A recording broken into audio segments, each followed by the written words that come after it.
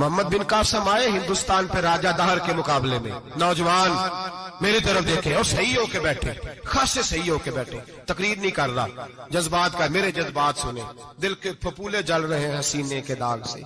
अल्लाह की कसम रूह की गहराई से बात कर रहा हूं, वो बात कर रहा हूं जो जो जो सीना कह रहा है कि फट जाए और कहना ना पड़े। कुरान और हदीस पढ़ते हैं और फिर अपना हाल देखते हैं तो लगता यह है कि अजाब करीब आ गया है, लगता है जमीन फटने वाली है, आसमान गिरने वाला, लगता है करीब आ गया है सारा कुछ। समझे क्या अर्ज कर, ये बात अगर आप समझ गए तो कीमत वसूल हो गई। इसको समझ गए तो समझ ले आपके मिजाज के अंदर अल्लाह ने तब्दीली पैदा कर दी। मोहम्मद बिन कासिम 18 साल का जवान, एक औरत की इज्जत पर राजा दहर हिंदू ने हमला किया, मोहम्मद बिन कासिम बचाने आए। जब हिंदुस्तान आए फौज थोड़ी थी, इलाका थोड़ा था, राजा दहर की फौज बहुत ज्यादा, और फिर अपना अरब छोड़ के यहां आके हिंदुस्तान में उसके इलाके में उस पर हमला करना, हालात खराब थे।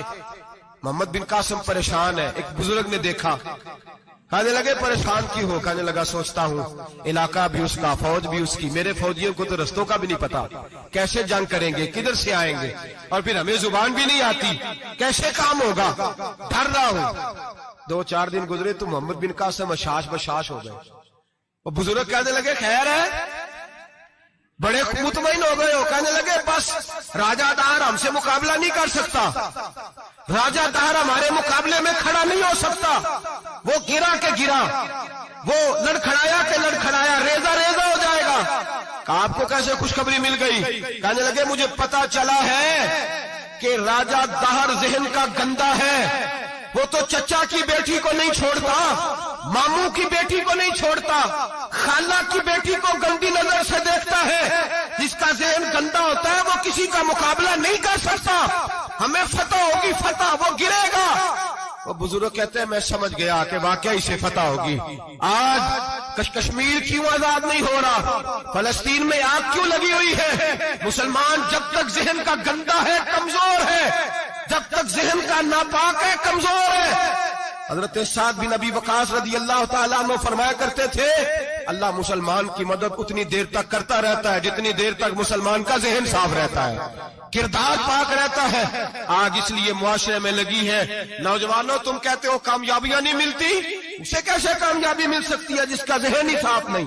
वो कैसे दुनिया की बाजी जीत सकता है जिसकी निगाह ही पाक नहीं? वो कैसे आगे बढ़ सकता है जिसके किरदार में पाकीज़गी नहीं? अपने आप को पाक कर लो, अल्लाह हर मुश्किल में तुम्हारी मदद फरमाएगा, हर रास्ते में तुम्हारी मदद फरमाएगा।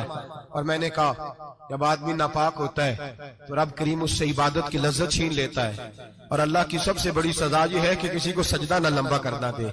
रब करीम सबसे ज्यादा उससे नाराज है जिसको कुरान पाक के खोलने की तौफीक ना हो। सबसे ज्यादा रब करीम उस शख्स से नाराज है जो अल्लाह की बारगाह में झुकने की लज्जत छोड़ जाए। मेरे नबी पाक सैयद आलम अलैहिस्सलाम के सहाबा लंबी इबादतें करते थे, लंबी।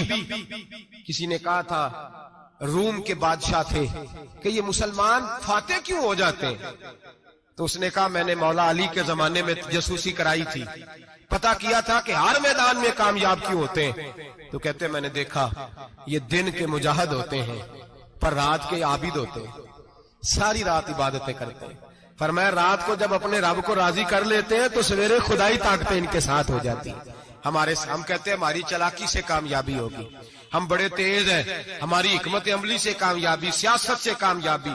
जब तक अल्लाह तेरा साथ नहीं देता तू कदम नहीं उठा सकता, जब रब करीम तेरी मदद नहीं फरमाता